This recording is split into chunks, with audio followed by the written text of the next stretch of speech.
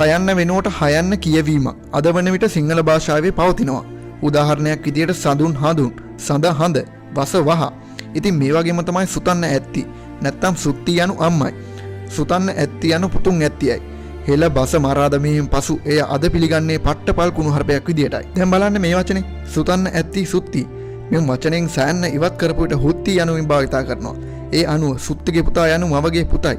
මෙහි සයන්න ඉවත් කළ හයන්න යොදාගත් කල හුත්තිගේ පුතා යන පට්ටපල් කුණුහරුපයක් විදිහට අද අපි සමාජයේ මෙන්න මේ වචනේ භාවිතා කරනවා. සුකනව යනු උපරිම සැප විදීමයි. එම වචනේ අද මිශ්‍ර සිංහලට අනුව හයන්න මුලට දමාගෙන අපේ සිංහලයා විසින්ම පට්ට කුණුහරුපයක් කරගෙන අවසන්. චරිත භික්ඛවේ චාරිකං බහුජන හිතාය බහුජන සුඛාය. සුඛ යන වචනයෙන් අර්ථ දැක්කන්නේ ලෝකෝත්තර නිවනයි. නැතිනම් සදාතනික සුවයයි සදාතනික සුඛයයි. මෙතනින් සයන්න ඉවත් කර හයන් යොදාගත් විට කියවන්නේ හුකනවා යනුවෙනුයි. අද පවතින සමාජයට මේ වළංගු වන්නේ නැහැ. වළංගු වන්නේ අමුම අමු කුණුහරුපයක් විදියට විතරයි. ඉතින් මෙන්න මේ විදියට ස අක්ෂර වෙනුවට හ අක්ෂරයේ හෙළ බස තුල අද වන විට අනන්තවත් යොදා ගන්නවා. හබරන සිරි වඩුන බෝධිය අද වන විට හිරි වඩුන බෝධියයි. සත්වරක් හත්වරකි. සින්දු හින්දු ලෙස භාවිතා කරයි. මේ විදියට කාලයත් එක්ක බොහෝමයක් දේවල් වෙනස් වී අවසන්. අප විසින් කළ යුත්තේ ඉතා සුපරීක්ෂාකාරී ආකාරයට අපේ අතීත ප්‍රවේණි සොයා දැන ගැනීමයි. ඒ හෙළයාගේ සැබෑම නැගී සිටීම ඇත්තේ ඒ තුල නිසාවෙනි. දැන් බලන්න මේ සම්පූර්ණ වාක්‍යයම. මේක ඇහුවට පස්සේ මේක පට්ටම පට්ට කුණුහරුපයක් එයි.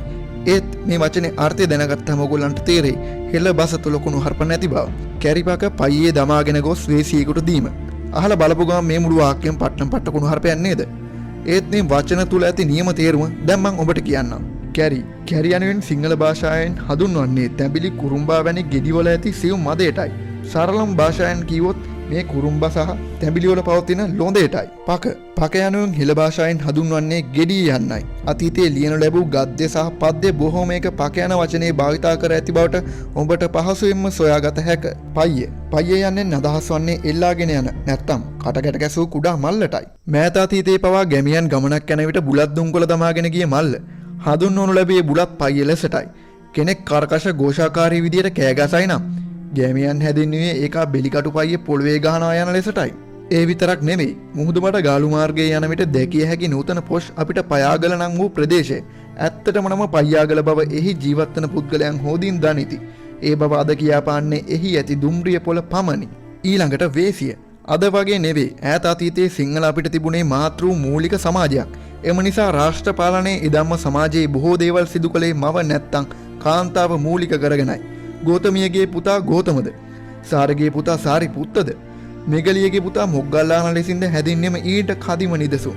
අතීතයේ සිටිය වෙළඳ කටයුතු වල නිරත වූ කාන්තාවන් හැදින්වුවේ වෛශ්‍යාවියන් නැතිනම් බේසාවියන් විදිහටයි. අතීතයේ හෙළයන්ට ඒ නමින්ම වෙම් වූ වෛශ්‍ය කුලයක් සහ වෛශාලී පුර නම් වූ වෙනම ප්‍රදේශයක් තිබූ බවට විස්තර සහ සාක්ෂි හම්බ වෙන්නේ මෙන්න මේ නිසයි. ඉතින් කාලයාගේ ඇවෑමෙන් සමාජයේ පුරුෂ මූලික වන විට පෙර කියූ වෙළෙන්දියන්ගේ ස්ථානයේ නැත්තම් වෛශාලීපුර සහ මුලින්ම නැති වී ගොස් අවසන්.